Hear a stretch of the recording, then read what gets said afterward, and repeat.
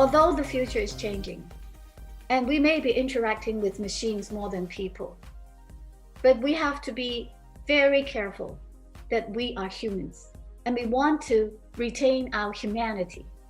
So some of the things that we always teach children, we still have to teach them even in the future or in any time. One is to have a healthy self-esteem. What is self-esteem?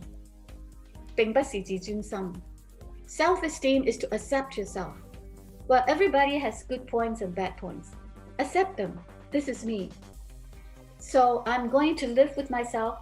I'm going to know that I have, I am worthy, and I'm worthy, and I will live with this person. I would try to make this person better, and I would love this person. I would treasure this person.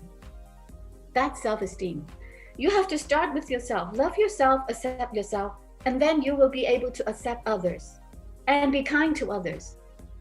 If you always cannot accept yourself and you don't care what happens to yourself, then you'll either become very selfish or become very self-complexed, or you will become very arrogant. Let me give you an example to explain it. Children with high self-esteem.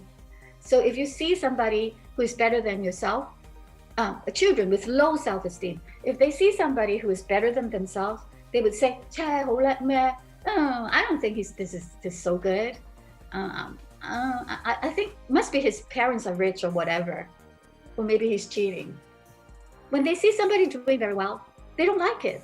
They sort of feel like, if they're doing better, that makes me, not so good. It's not true. People are people, you are you. You don't need to compare. But if you have a low self-esteem, you keep on comparing yourself. And this is useless, because even if you're on the top of the world, there's still somebody better than you. So in a way, you will always be unhappy because there's somebody better than you and you're unhappy. But if you have a healthy self-esteem, you will not do that. You will not be jealous. You know that some people may be good in one thing, but I am good in some other things. And I am a worthy person. I don't need to be like him. So your life would be much better. And the dangerous thing is, if they see somebody and they don't like it, they're jealous, they'll think, let's try to trick him, pull his leg. So you do something aggressive to hurt that people, or spread some rumors or something like that. And that is very negative. It would make your life even worse and make other life worse too. We don't want our children to be like that. We don't want ourselves to be like that. But children with high self-esteem, when they see somebody doing very well, they say, ooh, not bad, very good, good for you. Let's do it. 大家一齊加油. They would feel happy for other people, because others are others, I am me.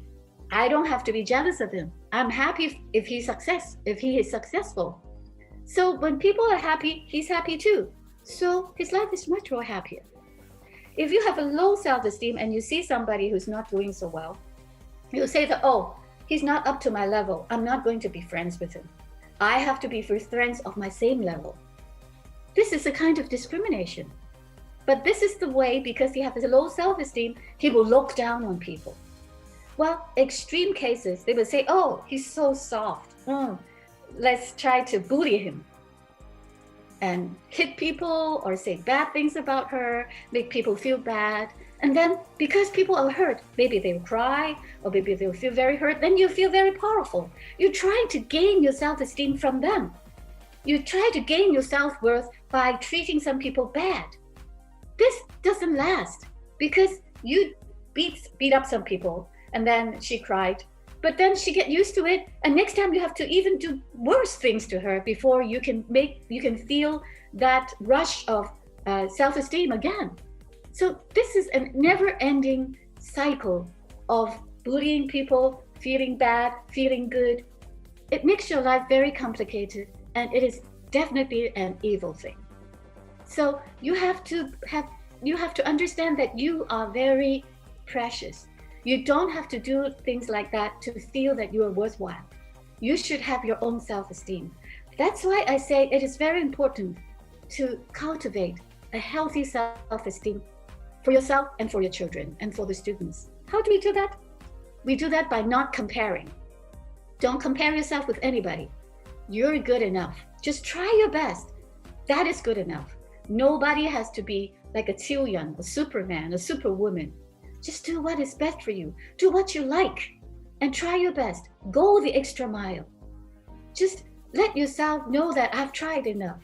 Then that's good enough, because we treasure you and you are wonderful. Just believe in that. Don't, overestimate yourself, but don't underestimate yourself. Really know yourself. That brings me to the second point of what we must teach our children, and that is identity. Who am I? Where am I going? Why am I here? These three questions, can you answer? Who am I means you have to know your roots. Well, Hong Kong, and then why is Hong Kong a British colony? Why is Hong Kong part of China? What is China? What is Asia? What is the world? What is this universe? This is part of our roots. So why am my name is Chan? I think Luan's name is also Chan. Why am my surname is Chan? What was the history behind Chan's? These are the roots. And what about my school? What about my district? These are your roots. Learn about that. Why am I here? Who am I? What do I like? What kind of a person am I? Where do I want to go? What do I want to do? Be frank with yourself. Search for yourself. Because if you don't know yourself, and if you don't like yourself, it's very difficult to have a happy life. You will be blaming people, you will be unhappy, you will be blaming yourself, but that is useless because you're so good in your own ways, but you have to find it. There's always goodness in you, but you have to find it and then use it and then show people and then make use of it for people. And then finally, I think what we must teach our children and ourselves is compassion, love, gratefulness. Everything we have, especially if we're living in Hong Kong or right now I'm in Tokyo, it is much better than a lot of people around the world. We have clean water, we have electricity, we go to school, we have public transportation, most of us have jobs. This is already like amazing life. I can't explain enough how grateful I am that, like, even in this pandemic, I'm alive and I'm healthy. We all have to be grateful. And there's so many people that we don't see that's working for us. Like people who take out garbage and dispose of them, people who check our electricity, all these people, they work day and night to keep us safe. And these, we can't just let people be transparent. We have to be thankful for everything we get. Like we go to the supermarket and then there's all these things on the shelves. Imagine the people who grow them and then collect them and put them on trucks and put them on planes and put them on ship and put them and then bring it here and put them on the shelves. There's a lot of people involved. Like even just 1 cup of milk tea, imagine the labor involved in that. We are very lucky and we have to treasure that.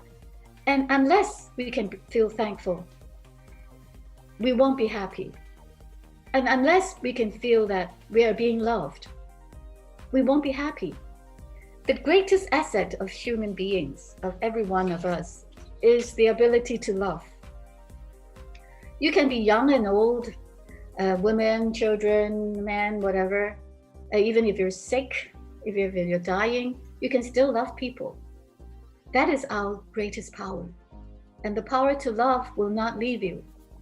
Well, maybe after you die. But if you love people enough, even after you die, you can still comfort the people around you. So that is your biggest asset and your biggest power, to be loved and to know that you are worthy of love. So if you can do that, then as an educator, I think we have succeeded. Education is teaching students how to dream, with open eyes. Let them know that there's lots and lots of opportunities out there, especially for young generations right now, because the world is in such a crisis, in such a change. You have so many opportunities to expand yourself. Maybe you have your honeymoon in the moon, or maybe you marry somebody living in a different universe. Who knows? Because the world is changing so fast.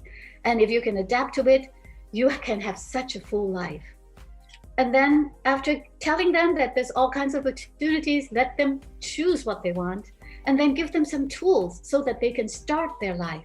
Don't walk with them, don't hold their hands, let them walk, be free. And then teach them that even if they fail, they fell down, give them the power and the strength to stand up. Teach them, to be strong enough to face failure. And then even if they succeed, don't let them be too proud. Teach them to share, because sharing makes your success even more happy. So as an educator, I'm actually very anxious of all the changes, but I don't want to be worried. I want to learn. I want to learn with you. I want to learn with the younger generation how to adapt to this new world that's like a tsunami coming towards me. I think the younger generation will tell me what to do. And I know you will teach me a lot of things. Just as if I'm trying to share my knowledge with you, you will share your knowledge with me. So make this world a better place. Don't look at the things that's like 5 feet in front of you. Look forward, go forward, and make this universe wonderful. Thank you for listening. Thank you very much.